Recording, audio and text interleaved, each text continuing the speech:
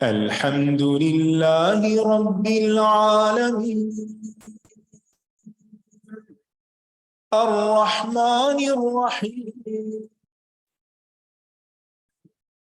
مالك يوم الدين إياك نعبد وإياك نستعين اهدنا الصراط المستقيم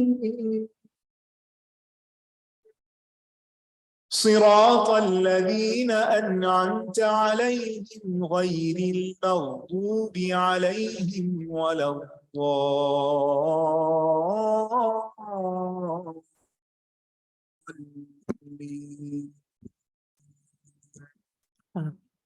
السلام علیکم ورحمۃ اللہ وبرکاتہ۔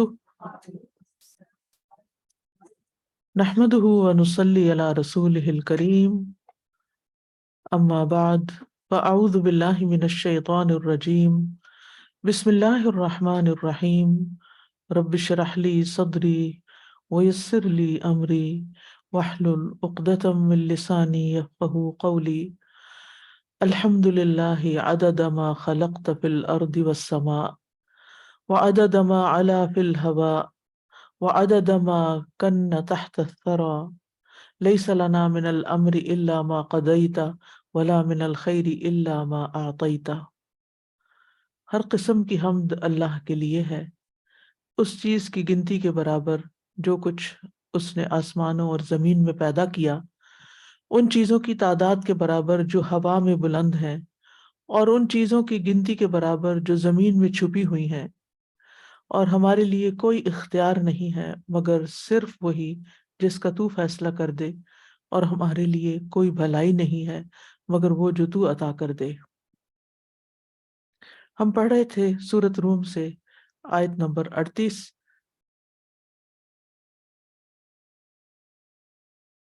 فآت ذا القربى حقه والمسكين وابن السبيل ذلك خير للذين يريدون وجه الله وأولئك هم المفلحون۔ پس آپ قرابت دار کو اور مسکین کو اور مسافر کو ان کا حق دیجیے، یہ بہتر ہے ان لوگوں کے لیے جو اللہ کا چہرہ چاہتے ہیں، اور یہی وہ لوگ ہیں جو فلاح پانے والے ہیں۔ اس آیت سے یہ پتہ چلتا ہے کہ ہمارے مال میں دوسروں کا حق ہے۔ اگر دیکھا جائے تو مال دراصل اللہ کی ملکیت میں ہے، سارے کا سارا اس کا مالک اللہ ہی ہے، کیونکہ رازق اللہ ہے۔ لہٰذا اللہ سبحانہ تعالیٰ ہی کا ہم سے مطالبہ ہے کہ ہم اپنے اس مال میں سے جو اللہ نے ہمیں دیا ہے، ہم محتاج لوگوں کو ان کا حق دیں، جو حق ان کا ہے۔ ہمارے پاس ایک زیادہ ہے، اس زیادہ میں سے ان کا حق نکالیں۔ سب سے پہلے اس میں رشتہ داروں کو ذکر کیا گیا، کیونکہ رشتہ داروں کو دینے کی فضیلت زیادہ ہے، ان کا ہم پر دوسروں کے مقابلے میں حق زیادہ ہے، اور ان کے ساتھ احسان کرنا دوہرے اجر کا باعث ہے، ایک صدقے کا اجر اور دوسرا صلہ رحمی کا اجر۔ اس کے بعد آتا ہے والمسکین، اور مسکین کو اس کا حق دو۔ مسکین سے کیا مراد ہے؟ مسکین وہ ہوتا ہے جسے حاجت نے سپریس کر دیا ہو، دبا دیا ہو، اور حاجت شدید ہونے کی وجہ سے اس کی حرکت ہی ختم ہو کے رہ گئی ہو، یعنی بے بس ہو گیا ہو۔ چھری کو بھی عربی میں سکین کہتے ہیں، کیونکہ وہ جانور کو ذبح کر کے اس کی حرکت ختم کر دیتی ہے، اس کو لٹا دیتی ہے۔ جب جانور کو ذبح کر دیا جاتا ہے تو بھاگ دوڑ نہیں سکتا۔ گھر کو سکن کہتے ہیں عربی میں، کیونکہ اس میں انسان سکون پاتا ہے اور اس کی حرکت ختم ہو جاتی ہے۔ اللہ تعالیٰ فرماتے ہیں وَاللَّهُ جَعَلَ لَكُم مِّن بُيُوتِكُمْ سَكَنًا، اور اللہ نے تمہارے لیے تمہارے گھروں کو رہنے کی جگہ بنایا۔ تو یہاں مسکین سے مراد وہ شخص ہے جس کے پاس کھانے پینے، لباس، رہائش، شادی اور سواری میں سے اتنا نہ ہو جو اس کو اور اس کے خاندان کو کفایت کر سکے، یعنی جس کی بیسک ہیومن نیڈز ہیں، تو جو بیسک ہیومن نیڈز جس کی نہ پوری ہوں وہ مسکین ہوتا ہے۔ اور یہاں پر مسکین میں فقیر بھی شامل ہے۔ جب مسکین کا لفظ مطلقاً آتا ہے تو اس میں فقیر شامل ہوتا ہے، ورنہ مسکین اور فقیر جب الگ الگ آتے ہیں تو پھر ان کے معنی تھوڑے فرق ہو جاتے ہیں۔ اور اگر فقیر الگ سے آئے، مطلقاً بولا جائے، تو اس میں مسکین خود ہی شامل ہو جاتا ہے، اور دونوں کو اگر اکٹھا بیان کیا جائے تو دونوں کے معنی الگ الگ ہوتے ہیں۔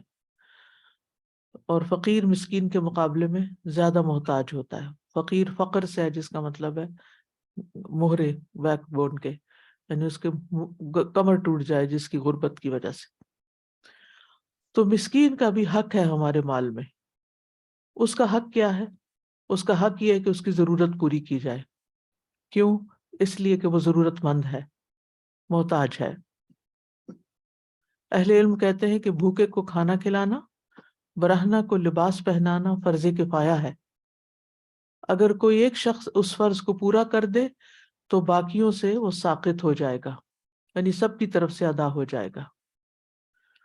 مساکین کے لیے دوڑ دھوپ کرنے والے کے لیے بہترین اجر کی بشارت ہے۔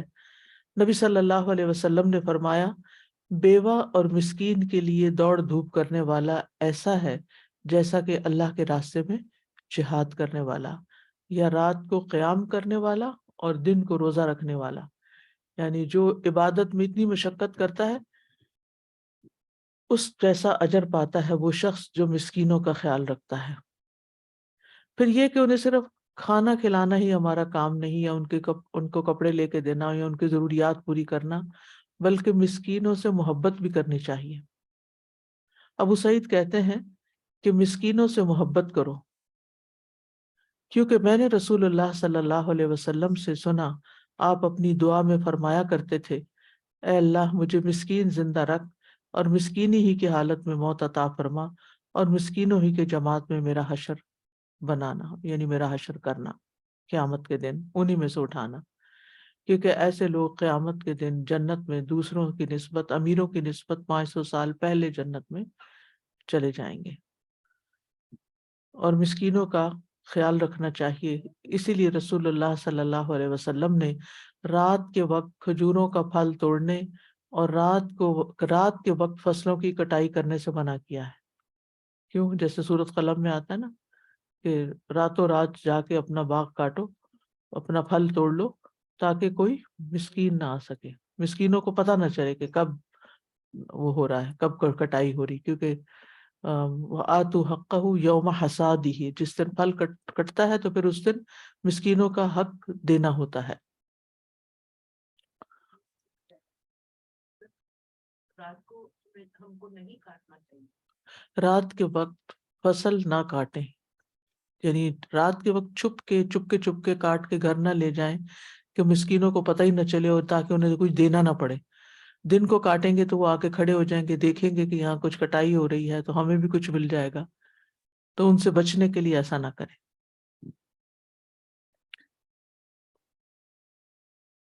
تو جعفر بن محمد کہتے ہیں کہ میرا خیال ہے کہ آپ نے یہ اس لیے منع کیا تھا کہ مساکین سے بچنے کے لیے، نہیں مساکین کی وجہ سے۔ صحابہ کا مساکین کے ساتھ بہت اچھا طرز عمل ہوتا تھا۔ ابو ہریرہ فرماتے ہیں، لوگوں میں مسکینوں کے ساتھ سب سے بہتر سلوک کرنے والے جعفر بن ابی طالب تھے۔ وہ ہمیں اپنے ساتھ لے جاتے تھے اور جو کچھ بھی ان کے گھر میں موجود ہوتا وہ ہمیں کھلا دیتے، حتیٰ کہ بعض اوقات تو ایسا ہوتا کہ صرف شہد یا گھی کی کپی ہی نکال کر لے آتے، اس میں کچھ نہ ہوتا تو ہم اسے پھاڑ کر جو اس میں لگا ہوتا اس کو ہی چاٹ لیتے، یعنی معمولی سے معمولی چیز بھی اگر وہ دے سکتے تھے تو وہ دے دیتے تھے۔ تو اسی طرح یہ کہ مسکین کو وہ نہیں دینا چاہیے جو ہم خود نہیں کھاتے۔ حضرت عائشہ کہتی ہیں، ایک تو یہ کہ ایکسٹرا کو آپ دے رہے ہیں، ایک یہ ہے کہ آپ خود کھاتے ہی نہیں وہ چیز اور صرف مسکینوں کو پکا کے کھلا دیتے ہیں۔ حضرت عائشہ کہتی ہیں کہ نبی صلی اللہ علیہ وسلم نے ایک دفعہ ضب کا گوشت دیکھا، ضب کہتے ہیں گوہ کو، جیسے لیزرڈ کی فیملی میں سے ہے، لیکن آپ نے اس کو نہیں کھایا، آپ کو بطور ہدیہ پیش کیا گیا تھا یہ۔ حضرت عائشہ نے کہا اللہ کے رسول صلی اللہ علیہ وسلم کیا ہم یہ مساکین کو کھلا دیں؟ آپ نے فرمایا جو چیز تم خود نہیں کھاتے اس میں سے دوسروں کو بھی نہ کھلاؤ. یعنی اگر اس علاقے کے لوگوں کو گو کھانا پسند نہیں تو پھر مسکینوں کو بھی نہیں پسند ہوگا.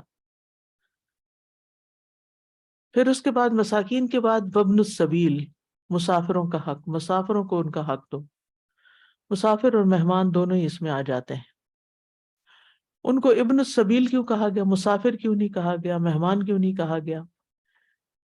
کیونکہ سفر کے ساتھ جو شخص لازم ہوتا ہے، جو چیز کسی چیز کے ساتھ لازم ہو جاتی ہے اس کو اس کا ابن کہا جاتا ہے. اور مسافر سفر کے ساتھ لازم ہوتا ہے، یعنی سفر پہ سفر کر رہا ہوتا ہے، تو اس لیے اس کو ابن السبیل کہا گیا. جیسے عربی زبان میں پرندے کو ابن الماء کہا جاتا ہے کیونکہ اس کو پانی کی تلاش ہوتی ہے، جہاں پانی ملتا ہے وہ اس طرف چلا جاتا ہے.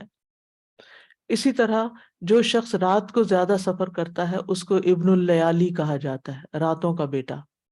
اور آج کل جو دن کو راتوں کو جاگتے رہتے ہیں ان کو بھی کہہ سکتے ہیں ابن اللیالی. اور اسی طرح مصیبتوں کو بنات الدہر کہا جاتا ہے عربی میں.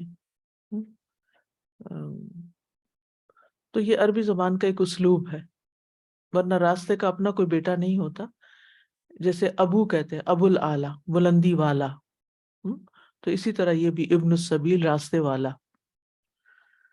اور ابن السبیل سے مراد وہ مسافر جس کا نان نفقہ ختم ہو جائے، یعنی جس کے پاس اپنی ضرورت پوری کرنے کے لیے کچھ نہ بچے.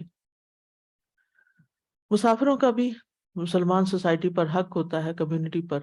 رسول اللہ صلی اللہ علیہ وسلم نے فرمایا 3 آدمی ایسے ہیں جن سے اللہ قیامت کے دن بات نہیں کرے گا، نہ انہیں پاک کرے گا، بلکہ ان کے لیے دردناک عذاب ہوگا. ایک وہ شخص جس کے پاس راستے میں زائد پانی ہو اور وہ مسافر کو اس میں سے پینے سے منع کرے. یعنی اس نے ایک مٹکا بھر کے رکھا، وہ خود ہی پی رہا ہے، اپنے بچوں کو دے رہا ہے، لیکن جو ساتھ مسافر ہے اس کے پاس پانی نہیں ہے تو اس کو نہیں آفر کرتا یا اس کو نہیں پینے دیتا، روکتا ہے. اسی طرح مرنے کے بعد جن چیزوں کا اجر ملے گا اس کے بارے میں سنن ابن ماجہ کی روایت ہے، رسول اللہ صلی اللہ علیہ وسلم نے فرمایا یقیناً مومن کے مر جانے کے بعد بھی اسے جن اعمال اور نیکیوں کا ثواب ملتا رہتا ہے ان میں سے کچھ یہ ہے: وہ علم جو لوگوں کو سکھا کر اس کو پھیلایا، اور جو صالح اولاد چھوڑی، نیک بچے جو کام کریں گے، اور مصحف یعنی قرآن جو میراث میں چھوڑا کہ اس کے بعد اس کے بچے پڑھیں کچھ اور، کیونکہ اس زمانے تو پرنٹنگ بھی نہیں ہوتی تھی، تو ایک ایک لکھا ہوا مصحف جو تھا بڑا ہی قیمتی تھا، تو اس کا اپنے گھر والوں کے لیے چھوڑ کے جانا تاکہ بعد میں وہ اس کو پڑھتے رہیں، وہ بھی صدقہ جاریہ بنتا ہے. یا کوئی مسجد بنائی یا مسافر خانہ بنایا، مسافروں کے قیام کی جگہ بنائی. تو اسی طرح اگر آپ گھر میں کوئی حصہ مہمانوں کے لیے مخصوص کرتے ہیں کہ یہ مہمانوں کا ایریا ہے، جیسے عام طور پہ گھر بنتے تھے ڈرائنگ روم جس کو بولتے ہیں، تو اس کے یعنی اس کو تیار کرنا یا ان کے لیے جگہ بنانا یا ان کو ویلکم کرنا، یہ بھی اسی پہ پھر آ جاتا ہے. یا کوئی نہر جاری کی، یعنی پانی کا انتظام کیا، چاہے کنواں کھودا یا نہر کھودی، یا اپنی زندگی میں اور صحت اور تندرستی کی حالت میں مال میں سے کچھ صدقہ کیا، ان سب کا اجر مرنے کے بعد ملتا رہتا ہے. یعنی ایسی نیکیاں جو یا ایسے کام جو مال کے ذریعے کیے جائیں جن سے لوگ بعد میں فائدہ اٹھاتے رہیں، تو وہ انسان کو مرنے کے بعد بھی فائدہ دیتے ہیں. جن میں سے ایک مسافروں کا خیال کرنا، مسافروں کے لیے کوئی سہولت مہیا کرنا. جیسے بیک ہوم مثلاً لوگ بسوں پہ ٹریول کرتے ہیں اور بعض اوقات بارش ہوتی ہے اور دھوپ ہوتی ہے اور وہاں کوئی شیڈ نہیں ہوتا، تو ایسے شیڈز بنوا دینا، یا اگر اللہ نے زیادہ دیا ہے تو سواری کا، سفر کا بندوبست کر دینا کسی کے لیے. ذالک خیر للذین یریدون وجہ اللہ، یہ ساری نیکی کے کام جو ہیں، ان سب لوگوں کا خیال رکھنا جو ہے، یہ ان لوگوں کے لیے بہت ہی اچھا ہے جو اس کام سے اللہ کا چہرہ چاہتے ہیں، یعنی ریاکاری نہیں کرتے، ان کاموں سے کوئی شہرت نہیں چاہتے، لوگوں کی تعریف نہیں چاہتے، یہ اللہ سے وہ اجر چاہتے ہیں جو اللہ کے پاس ہے. جیسے اللہ تعالیٰ کا فرمان ہے مثل الذین ينفقون اموالهم فی سبیل اللہ کمثل حبۃ انبتت سبع سنابل فی کل سنبلۃ مئۃ حبہ، جو لوگ اپنے مال اللہ کے راستے میں خرچ کرتے ہیں ان کے خرچ کی مثال ایک دانے کی طرح ہے جس نے 7 بالیاں اگائیں اور ہر بالی میں 100 دانے ہوں۔ پھر تو کچھ لوگ نیکی کا کام انسانوں کو دکھانے کے لیے کرتے ہیں، اور نیکی کر لیتے ہیں تو پھر لوگوں کی طرف دیکھنے لگتے ہیں کہ انہوں نے ہمیں دیکھا کہ نہیں دیکھا۔ یریدون وجہ الناس، ایسے لوگوں کو کوئی فائدہ نہیں ملتا، وہ جو لوگ تعریف کرتے ہیں بس وہی فائدہ ہوتا ہے۔ اور کچھ لوگ اللہ کی خاطر کرتے ہیں، اللہ کا چہرہ چاہنے کے لیے، اللہ کی طرف متوجہ رہتے ہیں کہ وہ راضی ہوا ہے کہ نہیں، تو پھر ان کو وہی ملے گا جو وہ چاہتے ہیں۔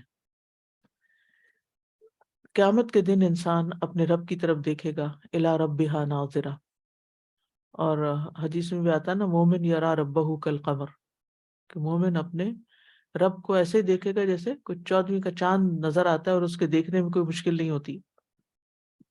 عام طور پر وجہ اللہ کا مطلب اللہ کی رضا کیا جاتا ہے، لیکن وجہ سے مراد اللہ کا حقیقی چہرہ ہی مراد ہے، یعنی اس کا مفہوم لیا جا سکتا ہے کہ رضا، لیکن وجہ کا معنی چہرہ ہوتا ہے۔ دوسرا معنی اس وقت کیا جاتا ہے جب حقیقی معنی مراد نہ لیا جا سکتا ہو، اور یہاں تو ہمیں حقیقی معنی لینے میں کوئی مشکل نہیں ہے، لیکن بلکہ جو لطف حقیقی معنی لینے میں ہے یہاں وہ مجازی میں نہیں ہے۔ یعنی یہ ان لوگوں کے لیے بہتر ہے جو قیامت کے دن اللہ کے چہرے کے دیدار کے طلبگار ہیں، کہ وہاں جا کر ہم اپنے رب کا چہرہ دیکھ سکیں، اس سے لذت پا سکیں، اس سے خوش ہو جائیں۔ تو جو کام اللہ کے چہرے کی خاطر کیے جاتے ہیں، یعنی چہرہ دیکھنے کی خاطر کیے جاتے ہیں، وہ کون کون سے ہیں؟ اور اصل میں تو دیکھا جائے کہ سارے اعمال کی قبولیت کی شرط ہی یہی ہے۔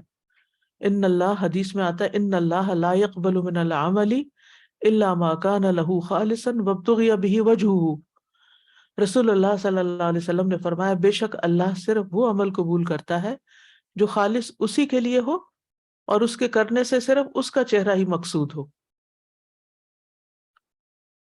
اسی طرح اللہ کے چہرے کی خاطر خرچ کرنے کا ذکر بھی آتا ہے قرآن میں، الذی یؤتی مالہ یتزکی وما لأحد عندہ من نعمت تجزی الا ابتغاء وجہ ربہ الاعلی ولسوف یرضی۔ پھر اسی طرح کوئی بھی صدقہ کرے انسان تو اللہ کا چہرہ چاہنے کے لیے، مسند احمد میں آتا ہے جو شخص اللہ کا چہرہ چاہنے کے لیے صدقہ کرے اور اسی پر اس کا اختتام ہو تو وہ جنت میں داخل ہوگا۔ پھر اسی طرح اللہ کے چہرے کی خاطر بیوی کے منہ میں لقمہ ڈالنا، رسول اللہ صلی اللہ علیہ وسلم نے فرمایا بے شک تم جو کچھ خرچ کرو اور اس سے تمہاری نیت اللہ کا چہرہ چاہنے کی ہو تو تمہیں اس کا اجر ملے گا، یہاں تک کہ اس پر بھی جو تم اپنی بیوی کے منہ میں ڈالو گی، یعنی اس کا بھی تمہیں اجر ملے گا۔ تو اس سے کیا پتہ چلتا ہے کہ نیت میں یہ ہونا چاہیے کہ اس کے بدلے میں مجھے اللہ کے چہرے کی کو دیکھنے کی طلب ہے، اور جو بھی انسان دے وہ اللہ کی خاطر دے، اور جو ایسا کرے گا اس کو اس کا اجر پھر پورا پورا ملے گا۔ سورۃ البقرہ میں آتا ہے وَمَا تُنْفِقُونَ إِلَّا ابْتِغَاءَ وَجْهِ اللَّهِ وَمَا تُنْفِقُوا مِنْ خَيْرٍ يُوَفَّ إِلَيْكُمْ وَأَنْتُمْ لَا تُظْلَمُونَ، اور تم خیر میں سے جو بھی خرچ کرو گے سو اپنے ہی لیے ہے، اور تم خرچ نہیں کرتے مگر اللہ کا چہرہ چاہنے کے لیے، اور تم خیر میں سے جو بھی خرچ کرو گے وہ تمہیں پورا ادا کیا جائے گا اور تم پر ظلم نہیں کیا جائے گا۔ یعنی جو بھی تم مال، جو بھی ایفرٹ تم اللہ کے چہرے کی خاطر صرف کرو گے اس کا تمہیں پورا صلہ ملے گا، اس میں سے پھر کمی نہیں ہوگی۔ شیخ الاسلام ابن تیمیہ کہتے ہیں کہ اکثر لوگ یہ کام کرتے ہیں، یعنی اپنے اہل و عیال پہ خرچ کرتے ہیں، روزی کچھ نہ کچھ انسان کرتا ہے، تو وہ فطرت اور عادت اور معمول کے طور پہ خرچ کرتے ہیں، روٹین میں خرچ کرتے ہیں، وہ اس کے ذریعے اللہ کی رضا نہیں چاہتے۔ ان میں سے کوئی بھی مسکین اور مسافر اور اس طرح کے کسی اور حقدار پر اللہ تعالیٰ کا چہرہ چاہنے کے لیے تھوڑا سا خرچ کرتا ہے تو وہ ایمان اور عبادت کی لذت پا لیتا ہے۔ اور جو شخص اپنے اہل و عیال پر ہزاروں خرچ کرتا ہے وہ اس میں ایمان اور عبادت کی لذت نہیں پاتا، کیونکہ وہ اللہ کے چہرے کی خاطر نہیں کرتا، وہ تو ایک فریضہ سمجھ کے کر دیتا ہے یا کرٹسی کے طور پہ کر دیتا ہے۔ تو عبادت میں لذت، نماز میں لذت، کچھ لوگ کہتے ہیں نا ہمیں نماز میں مزہ نہیں آتا، تو یہ ساری لذت اسی وقت آتی ہے جب کام اللہ کی خاطر کیے جائیں، اللہ کی رضا پانے کے لیے۔ وَأُولَٰئِکَ هُمُ الْمُفْلِحُونَ، اور یہی لوگ دراصل فلاح پانے والے ہیں۔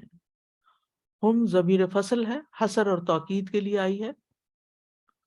وَأُولَٰئِکَ، اگر اتنا بھی کہا جاتا اولئک المفلحون، یہی لوگ فلاح پانے والے، ٹھیک تھا، لیکن اولئک هم المفلحون، تو یہ ہم بیچ میں کیوں آیا؟ حصر اور تاکید کے لیے۔ اور فلاح کیا ہوتا ہے؟ مطلوبہ چیز پا لینے میں کامیاب ہو جانا۔ اور جو شخص قرابت داروں، مسکینوں اور مسافروں کو ان کا حق نہیں دیتے وہ کامل فلاح پانے والے نہیں ہو سکتے، یعنی یہ کام کیے بغیر فلاح نہیں ہو سکتی، یہ کرنے ہی کرنے ہوں گے۔ تو اس آیت میں دراصل شکر گزاری کا طریقہ بتایا گیا ہے کہ اللہ کی نعمت کے شکر کا طریقہ یہ ہے کہ اپنے مال میں سے قرابت داروں، مسکینوں اور مسافروں کو ان کا حق دیا جائے، اور ایسا کرنے میں ہی فلاح اور کامیابی ہے۔ اس کے برعکس جو لوگ اپنے مال کو فخر اور غرور یا عیش و عشرت کا ذریعہ بنائیں اور لوگوں پہ خرچ نہ کریں، ان کے لیے ان کا مال باعث وبال ہوگا۔ ویسے بھی خرچ نہ کرنے سے مال تلف ہو جاتا ہے۔ نبی صلی اللہ علیہ وسلم نے فرمایا کوئی دن ایسا نہیں جاتا کہ جب سب بندے صبح کو اٹھتے ہیں تو دو فرشتے آسمان سے نہ اترتے ہوں۔ ایک فرشتہ تو یہ کہتا ہے کہ اے اللہ خرچ کرنے والے کو اس کا بدلہ دے، اور دوسرا کہتا ہے اے اللہ روک رکھنے والے کے مال کو طلب کر دے، یعنی جو نہیں دیتا اس کا مال ضائع کر دے۔ تو اس آیت سے جو بات ہمیں پتہ چلتی ہے وہ ہے کہ تین قسم کے لوگوں کا مال میں حق ہے، تین قسم کے لوگوں کا ہمارے مال میں حق ہے، رشتہ دار کا، مسکین کا اور مسافر کا۔ یعنی ان تین لوگوں کو دینا واجب ہے، لازم ہے، کیونکہ آتی امر کا صیغہ ہے، اور امر کے بارے میں اصول یہ ہے کہ یہ وجوب کے لیے ہوتا ہے۔ پھر یہ بات ہمیں پتہ چلی کہ جو جتنا قریبی ہے وہ اتنا ہی زیادہ حقدار ہے، اور سب سے زیادہ حسن سلوک کے حقدار اور مستحق کون ہے؟ والدین۔ تو مستحق شخص حسن سلوک کا حقدار ہوتا ہے، یہ بھی پتہ چلتا ہے۔ یعنی جیسے رشتہ دار، پھر مسکین، غنی کے بالمقابل احسان کا زیادہ حقدار ہے۔ مثلا آپ کے پاس کوئی چیز ہے، آپ کسی کو دینا چاہتے ہیں تو دیکھیں گے کہ زیادہ مستحق کون ہے۔ اور مسافر جس کے پاس سفر جاری رکھنے کے اسباب نہیں رہتے وہ دوسرے شخص سے زیادہ احسان کا حقدار ہے۔ پھر اس آیت سے اخلاص کی اہمیت پتہ چلتی ہے، اور پھر یہ کہ جتنا زیادہ عمل میں اخلاص ہوگا اتنا ہی زیادہ عمل کرنے والے کو فائدہ پہنچے گا، اجر اتنا ہی زیادہ بڑھ جائے گا، کیونکہ یہ حکم ایک علت کے ساتھ مشروط کیا گیا ہے، للذین یریدون وجہ اللہ، یعنی اسم موصول اپنے صلے سے مل کر مکمل اسم فاعل کی طرح ہوتا ہے۔ تو اس کا مطلب یہ ہے کہ یہ بہتر ہوگا ان لوگوں کے لیے جو چاہتے ہیں، کیا چاہتے ہیں؟ اللہ کا چہرہ چاہتے ہیں۔ یعنی انسان جیسے جیسے اللہ کے چہرے کے لیے زیادہ مخلص ہوگا وہ کام اسی قدر اس کے حق میں زیادہ بہتر ہوگا۔ پھر اس آیت کریمہ میں اللہ تعالیٰ کے چہرے کا اس بات ہے، کیونکہ اللہ کا فرمان ہے وجہ اللہ۔ پھر یہ کہ اللہ تعالیٰ کی رؤیت برحق ہے، قرآن مجید میں دیگر جگہوں سے بھی پتہ چلتا ہے، جیسے یریدون وجہ اللہ سے بھی پتہ چل رہا ہے، اور للذین احسنوا الحسنى وزیادہ، جن لوگوں نے اچھا کیا ان کے لیے اچھا بدلہ بھی ہے اور زیادہ بھی ہے۔ اور زیادہ کی تفسیر علماء یہ بیان کرتے ہیں کہ اس سے مراد اللہ سبحانہ تعالیٰ کے چہرے کی طرف دیکھنا ہے۔ پھر آخری بات یہ کہ فلاح کا دار و مدار دو چیزوں پر ہے، ٹھیک ہے؟ ایک اخلاص کے ساتھ وہ عمل کرنا جس کا حکم دیا گیا ہے، کیونکہ انہی کے بارے میں فرمایا اولئک ھم المفلحون، جن کی طرف یہ اشارہ کیا گیا کہ انہوں نے عمل بھی کیا ہے، اور دوسرا ان کے پاس اخلاص تھا. یعنی علم حاصل کرنے کا فائدہ کیا ہے کہ انسان کیا کرے، عمل بھی کرے، دوسروں کو سکھائے بھی، اور اس کے ساتھ ساتھ اپنا ایمان بھی بڑھائے. عمل کر کے ایمان عمل کر کے بڑھتا ہے، خالی پڑھتے رہنے سے نہیں بڑھتا.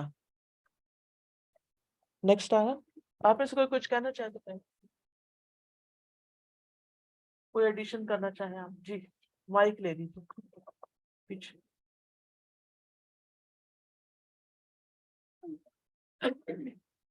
پچھلی آیات میں ہم نے دیکھا تھا نا، دو رویہ بتایا گیا تھا کہ جب کوئی تکلیف آتی ہے تو کیا انسان کا رویہ ہوتا ہے، اور پھر جب کوئی خوشی آتی ہے. تو اس آیت میں ہمیں ایک لیسن دے دیا گیا کہ جب بھی کوئی بھی تکلیف آئے یا کوئی بھی وسعت ہوتی ہے تو ہمیں آگے بانٹنا ہے. تو وہ یعنی اپنے سے نکل کے، سیلف سینٹر سے نکل کے لوگوں کے بارے میں سوچنا ہے. بالکل. اور کوئی؟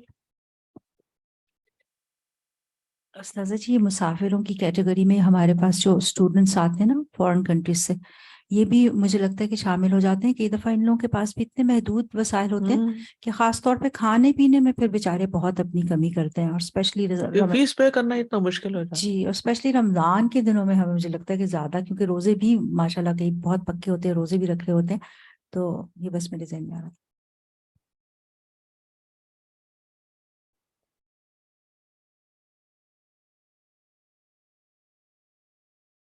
یوزلی نا ہم سب زکوٰۃ ہی سوچتے رہتے ہیں جب کہیں بات ہوتی ہے نا، یہ زکوٰۃ میں آتا ہے یا نہیں آتا ہے، یہ زکوٰۃ دیں یا نہ دیں. کوئی چیز بتائی جائے لوگوں کو کہ یہ پروجیکٹ ہے یا یہ کام ہے یا یہاں پہلا دینا ہے، سوال تو پہلا سوال یہ کرتے ہیں زکوٰۃ لگتی، اور ایڈوانس میں دے دیں زکوٰۃ. یہاں کیا کہا جا رہا ہے کہ اصل مال میں حق ہے. جی بہت، اور وہی مال ہم سے نکلتا نہیں، وہ نہیں نکلتا. نکالنے کی ضرورت ہے. اور دوسری بات ایک اور میں یہ کہہ رہی تھی کہ آج کل وہ ہے نا آن لائن ہر چیز، کہ ای کارڈز بھیج دیے تو سوچ لیا کہ اگلے نے پڑھ لیا ہوگا. تو کئی میرے جیسے کئی دفعہ کوئی دیکھا ہی نہیں، کبھی کوئی میسج نہیں دیکھا، بعد میں فنکشن والے دن بتا رہے ہیں آپ آئے نہیں ابھی. تو اب وہ خلوص ختم ہو گیا کہ جیسے لوگ پہلے وائس میسج کیا یا کرتے ریٹن تھے، میسج. بلاتے تھے، اور رشتہ داروں کو تو سمجھتے ہیں کہ ان کو دے دیا بھیج دیا تو بس اسی کافی طرح دین کی دعوت بھی ایک فلائر بنا کے بس بھیج دیتے ہیں، ہے. اور سمجھتے ہیں کہ لوگوں کو خود ہی پڑھ لیں گے، پتہ چل جائے گا. اور جن کا نیٹ سلو ہو تو کھلتا ہی نہیں آپ کا فلائر. ہمارے خلوص اور وہ آج کے پروگرام کا بھی بتا دیں. جی آج آج انشاءاللہ میڈوول میں انشاءاللہ تعالیٰ پروگرام ہے 3:30 بجے یہاں سے جانے کے بعد. تو جو بھی آپ کے دوست رشتہ دار جو ریگولر درسز میں نہیں آ سکتے ان کو بتائیے کہ وہ وہاں پہنچ جائیں.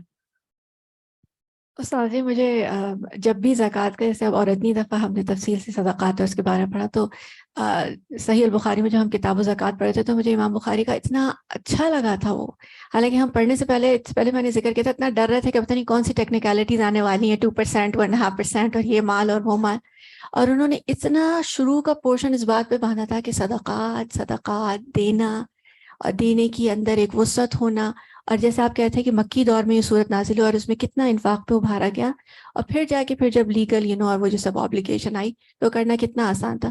تو مینٹل پریپیئر ہونا، دل میں اس چیز کا، اور اس کا ایمان سے کتنا ڈائریکٹ ریلیشن ہے. سبحان اللہ تعالیٰ ہمیں بس ہر حال میں جس کیپیسٹی میں ہم خرچ کرنے کی توفیق دے.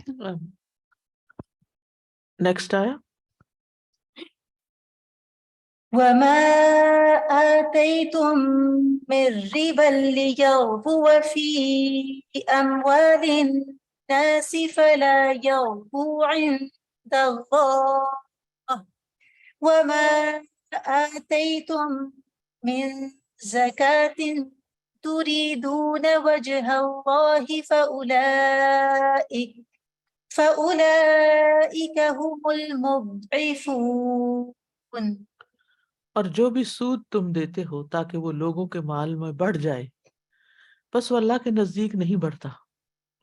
اور جو کچھ تم اللہ کا چہرہ چاہنے کے لیے زکوٰۃ میں سے دیتے ہو تو یہی لوگ ہیں جو اپنا مال دگنا کرنے والے ہیں.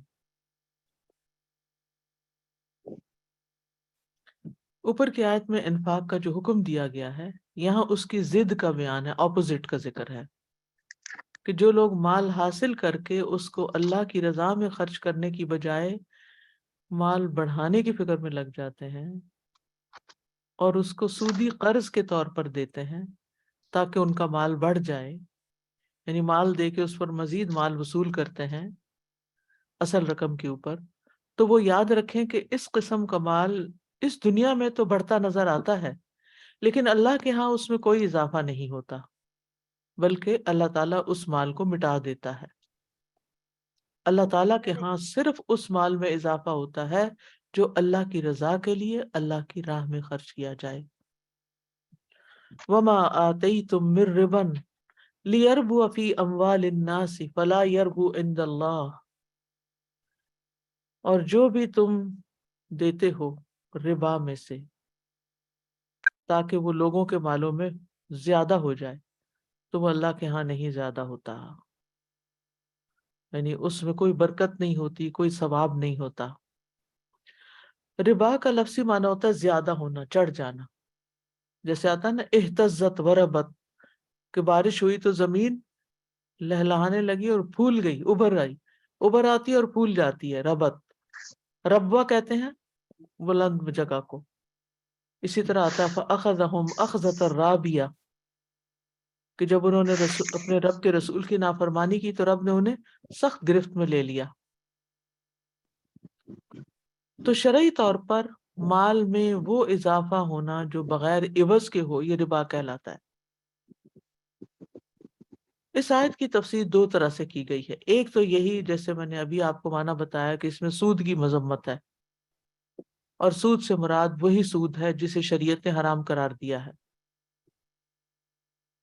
یہ صورت مکی ہے، مکہ میں ابھی سود حرام تو نہیں ہوا تھا، لیکن کفار مکہ بری طرح سودی کاروبار میں مبتلا تھے، تو اللہ تعالیٰ نے شراب کی طرح سود کو بھی تدریجاً حرام کیا۔ اس آیت میں صرف اس کی مذمت بیان کی۔ اس کے بعد مدینہ میں سورۃ آل عمران اور سورۃ البقرہ میں ہر طرح کے سود کو مکمل طور پر حرام قرار دے دیا گیا۔ سورۃ آل عمران میں آتا ہے یا ایھا الذین آمنوا لا تأکلوا الربا اضعافا مضاعفا واتقوا اللہ لعلکم تفلحون، اے لوگو جو ایمان لائے ہو تم کئی گنا بڑھا چڑھا کر سود مت کھاؤ اور اللہ سے ڈرو تاکہ تم فلاح پاؤ۔ پھر سورۃ البقرہ میں بالکل آخر میں جا کے آخری دور میں یہ آیت نازل ہوئی یا ایھا الذین آمنوا اتقوا اللہ وذروا ما بقی من الربا ان کنتم مؤمنین فإن لم تفعلوا فأذروا بحرب من اللہ ورسولہ وإن تبتم فلکم رؤوس اموالکم لا تظلمون ولا تظلمون، اے لوگو جو ایمان لائے ہو اللہ سے ڈرو اور سود میں سے جو لوگوں کے ذمہ باقی رہ گیا اسے چھوڑ دو، یعنی معاف کرو، جانے دو، اگر تم واقعی مومن ہو۔ پھر بھی اگر تم ایسا نہیں کرتے، یعنی تم اس سے نہیں نکلتے، تو اللہ اور اس کے رسول کی طرف سے جنگ کا اعلان سن لو، اور اگر تم توبہ کر لو تو تمہارے اصل مال تمہارے لیے ہیں، نہ تم ظلم کرو اور نہ تم پر ظلم کیا جائے۔ اب اس میں آپ دیکھیے کہ یہ جو سزا ہے نا، اللہ اور اس کے رسول کی طرف سے جنگ کا اعلان، یہ کسی گناہ پہ نہیں بتایا گیا، یعنی کوئی چوری کرتا ہے تو اس کا ہاتھ کاٹ دو، کوئی زنا کرتا ہے تو کوڑے لگا دو، کوئی شراب پیتا ہے تو کوڑے لگا دو، لیکن اگر کوئی سود لیتا ہے یا لوگوں سے تو پھر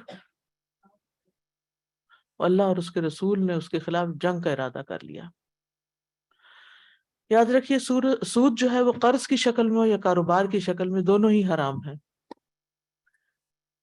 سود اللہ کے ہاں نہیں بڑھتا، یمحق اللہ الربا ویربی الصدقات واللہ لا یحب کل کفار نثیم، اللہ سود کو مٹاتا ہے اور صدقات کو بڑھاتا ہے، اور اللہ کسی بھی ناشکر سخت گناہ گار کو پسند نہیں کرتا۔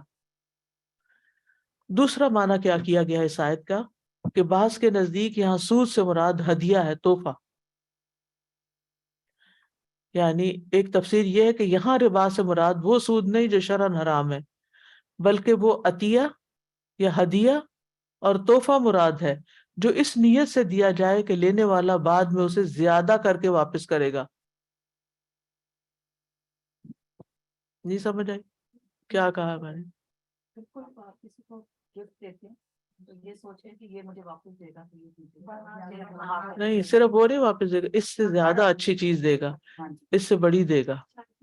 یہ تو نارمل ہے کہ اب اس سے بڑھا کے ہاں جی، ہاں جی جی، وہ لکھتے تھے باقاعدہ تاکہ پھر یعنی کسی کو بھی، اور جیسے نبی صلی اللہ علیہ وسلم کو منع کیا گیا نا، وَلَا تَمْنُن تَسْتَكْثِرْ، کسی پہ احسان اس لیے نہ کرو کہ اس سے زیادہ اسے نکلوا سکو، یعنی کسی کو تھوڑی چیز دے کے زیادہ نہیں، جیسے وہ پرندوں کو پکڑتے ہیں، چند دانے پھینکتے ہیں، وہ بےچارے آ جاتے ہیں تو شکاری پکڑ لیتے ہیں ان کو۔ تو اسی طرح کچھ لوگ تھوڑی بہت چیز دے کے اس نیت سے دیتے ہیں تاکہ یہ اس کے پاس زیادہ مال ہے اور یہ مجھے زیادہ بڑا تحفہ لوٹا سکتا ہے۔ یہ نیت نہیں ہونی چاہیے تحفہ دیتے وقت بھی۔ ہاں، کس کے الفاظ؟ وَلَا تَمْنُن تَسْتَكْثِرْ، سورۃ مدثر میں آتا ہے۔ تو اسے ربا کیوں کہا گیا؟ کیونکہ دیتے وقت اس میں اضافے کی نیت ہوتی ہے، اس پر اللہ کے ہاں اجر نہیں ملے گا، نہ سزا ہے نہ اجر ہے، بس وہ دل کا ایک لالچ ہے، لوگ پورا نہیں ہوتا، فائدہ نہیں ہوتا۔ ابن عباس کہتے ہیں کہ اس سے مراد کسی آدمی کو ہدیہ دینا جس کے ساتھ وہ یہ امید رکھتا ہے کہ اسے اس سے افضل لوٹایا جائے گا۔ یہ ایسی چیز ہے جو اللہ کے ہاں نہیں بڑھتی، اس کے مالک کو اجر نہیں دیا جاتا، لیکن اس پر کوئی گناہ نہیں۔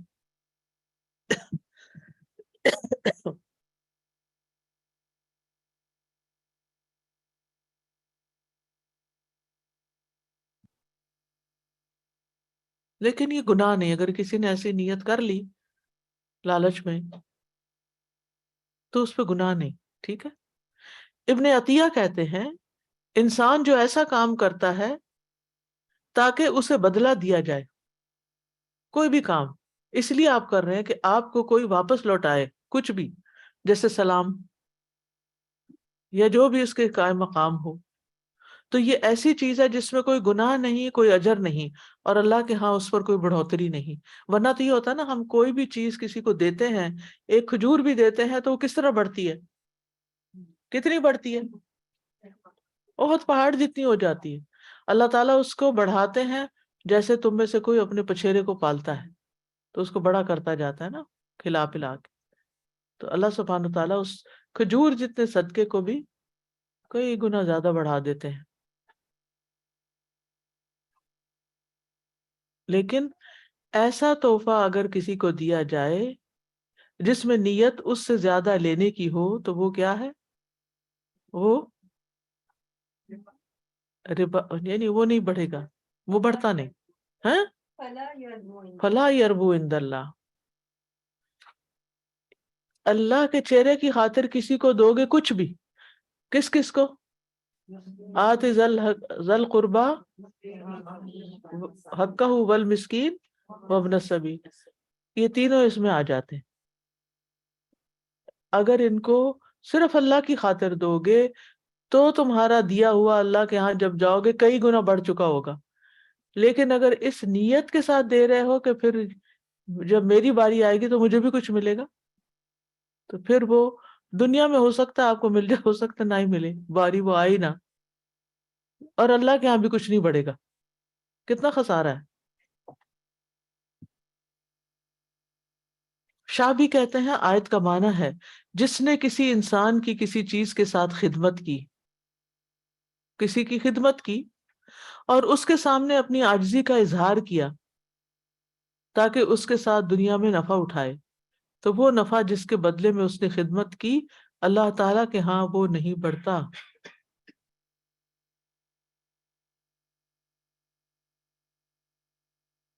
کوئی مثال یاد آ رہی؟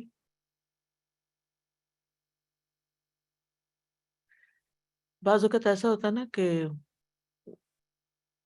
یہاں تو نہیں لیکن بیک ہوم اس طرح ہوتا ہے کہ جیسے غریب لوگ ہوتے ہیں نا، تو کوئی فصل اگاتے ہیں تھوڑی بہت کوئی چیز، تو تھوڑی بہت سبزی یا کوئی گڑ یا کوئی ایسی چیز پوٹلی باندھ کے لے جاتے ہیں شہر میں، اپنے کسی امیر رشتہ دار کو دیتے ہیں تاکہ کیا کرے وہ اب وہ کیا کرتے ہیں, وہ لے کے تو جن کو اللہ نے دیا وہ کیا کرتے ہیں, ان کو سمجھ آ جاتی ہے کہ یہ ایسے ہی نہیں لائے, فری میں نہیں لائے, یہ اس لیے لائے ہیں کہ ان کی طمع ہے کہ ان کو کچھ اس کا زیادہ بدلہ دیا جائے.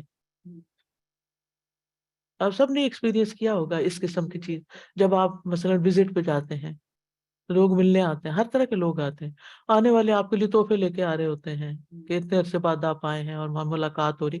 ملاقات کے موقع پر انسان ہدیوں کا تبادلہ کرتا ہے, ایک نارمل سا ہمارے یہاں کلچر بھی ہے اور دین کا بھی ایک حصہ ہے کہ تحادو تحابو.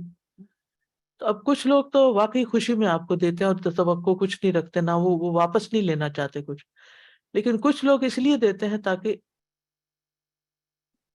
اور کچھ نہیں تو ان کے آنے جانے کا خرچہ ہی نکل آئے, کچھ تو ان کو دیا جائے, اور دینا بھی چاہیے. وہ چاہے ان کی نیت ان کے ساتھ ہے, وہ تما رکھتے ہیں یا نہیں رکھتے, لیکن ہمیں اگر اللہ نے دیا ہے تو آتی ذی القربى حقہ والمسکین, ہمیں تو دینا ہی دینا ہے, ٹھیک ہے نا. اور اب ہمارے پارٹ پہ کیا ہے, یہ نہیں کہ آپ دے رہے ہیں تو اچھا اب جاؤ چلو تھوڑا میرا سر دبا دو تم, اس لیے نہیں دینا کہ خدمت لیں. وہ خود کرنا چاہے خوشی سے کوئی بات نہیں, محبت بڑھتی ہے ایک دوسرے کی خدمت سے. کچھ آپ سفر کر کے آئے ہیں, لائیں میں آپ کو مساج کر دیتی ہوں, لائیں میں آپ کے سر میں تیل ڈال دیتی ہوں, محبت کی وجہ سے. پھر ان کی بھی نیت کاؤنٹ ہوگی اور ہماری بھی نیت کاؤنٹ ہوگی, ٹھیک ہے نا. لیکن اگر ہماری نیت اس لیے کسی کو کچھ دینے کی کہ میری خدمت کرے, یہ دوبارہ آئے خدمت کرنے کی یا اس کی, تو پھر دونوں طرف سے کچھ نہیں. دوبارہ سنیے شابی کا قول. آیت کا معنی ہے جس انسان نے کسی انسان کی کسی چیز کے ساتھ خدمت کی اور اس کے سامنے اپنی عاجزی کا اظہار کیا, یہ تحفہ بھی دے دیا اور ساتھ اپنے مسائل بیان کرنے شروع کر دیے. بیٹے کا کاروبار نہیں ہے, فلانا ایسا فلاں ایسا ہے, مسئلے مسائل بتانے شروع. اب آپ سن تو ان کے پریشان ہوتے ہیں, تاکہ اس کے ساتھ اس عاجزی اور اپنے مسئلے بتا کے دنیا میں نفع اٹھائے کسی سے, تو وہ نفع جس کے بدلے میں اس نے خدمت کی اللہ تعالیٰ کے ہاں وہ نہیں بڑھتا, وہاں نہیں کچھ ثواب ملے گا اس کا. پھر اسی طرح ہمارے یہاں جو نیوتا کی رسم ہے, کسی کو پتا نیوتا, شادی کے موقع پر جو لین دین ہوتا ہے نا جی, اس کا بھی جواز نہیں ہے. یعنی تحفہ ٹھیک ہے, شادی ہوئی ہے تحفہ دیں آپ, لیکن وہ ایک ساتھ بیٹھ جاتا ہے, وہ پھر لکھنا شروع کر دیتا ہے کس نے کیا دیا, گن گن کے اچھا فلانا, پھر وہ لسٹ سنبھال کے رکھی جاتی ہے. پھر وہ شادی کسی کی ہوتی, پھر وہ اتنا ٹھیک ہے, اگر جس کو جو آیا ہے وہ جو تحفہ لایا ٹھیک ہے لے آیا, اب آپ کی باری ہے تو کچھ نہ کچھ آپ دیں. ضروری نہیں کہ آپ لسٹ پڑھ کے دیکھیں کہ کتنا دیا تھا تو اب اتنا تو مجھے دینا پڑے گا یا اس سے بڑھا کے دینا پڑے گا. ہاں پشتوں تک لسٹ چلتی ہے, بالکل. میں نے اس میں یہ بھی دیکھا ہے کہ وہ دیا نا کسی اور کو, جب ان کی باری آئی تو وہ دوبارہ سے میں نے اس میں یہ بھی دیکھا ہے کہ جب وہ دیتے ہیں نا, ایک جیسے ہم نے کسی کو دے دیا, ہاں. جب ہماری باری آئی تو وہ واپس لے کے آئے نا, تو وہ کہتی ہیں اچھا یہ گھر کا گھر پورا ہو گیا اور یہ ہماری طرف سے ایکسٹرا ہے. ایسے بھی میں نے لوگوں کو دیکھا کہتے ہیں ایکسٹرا, دس از جیسے ربا. پنجابی میں کہتے ہیں نا کہ ایتھے کار پورا ہو گیا اے وعدہ ساڈا. یہ جملے بھی ہیں. جی جی بتا کے بھی دیتے ہیں. جہیز کے طور پر نا, جہیز پہ تو خاص طور پر ہر ایک کا ایک حصہ رکھ دیتے ہیں کہ اس نے واشنگ مشین دینی ہے, پھوپھی نے یہ دینی ہے, خالہ نے یہ دینی. وہ تو چلو ساری فیملی مل کے تو دے رہے ہوتے ہیں. نہیں, وہ ایک وہ لسٹ ہوتی ہے پکی, اچھا, مطلب انہوں نے دینا ہوتا ہے. پھر جب ان کے بچوں کی باری ہوتی ہے تو انہوں نے بھی اسی طرح دینا ہوتا ہے. تو وہ پھر اوپر سے اگر کوئی چیز دیتے ہیں تو وہ کہتے ہیں یہ تو پہلے چیز دے دی تھی نا, یہ آپ ہم نے دی آپ نے دی برابر ہونا سی کو کپڑے دینے آپ کپڑ وار اوپر جو دیتے ہیں یا کچھ دیتے ہیں وہ پھر علیحدہ. صحیح. ہمارا کو دے.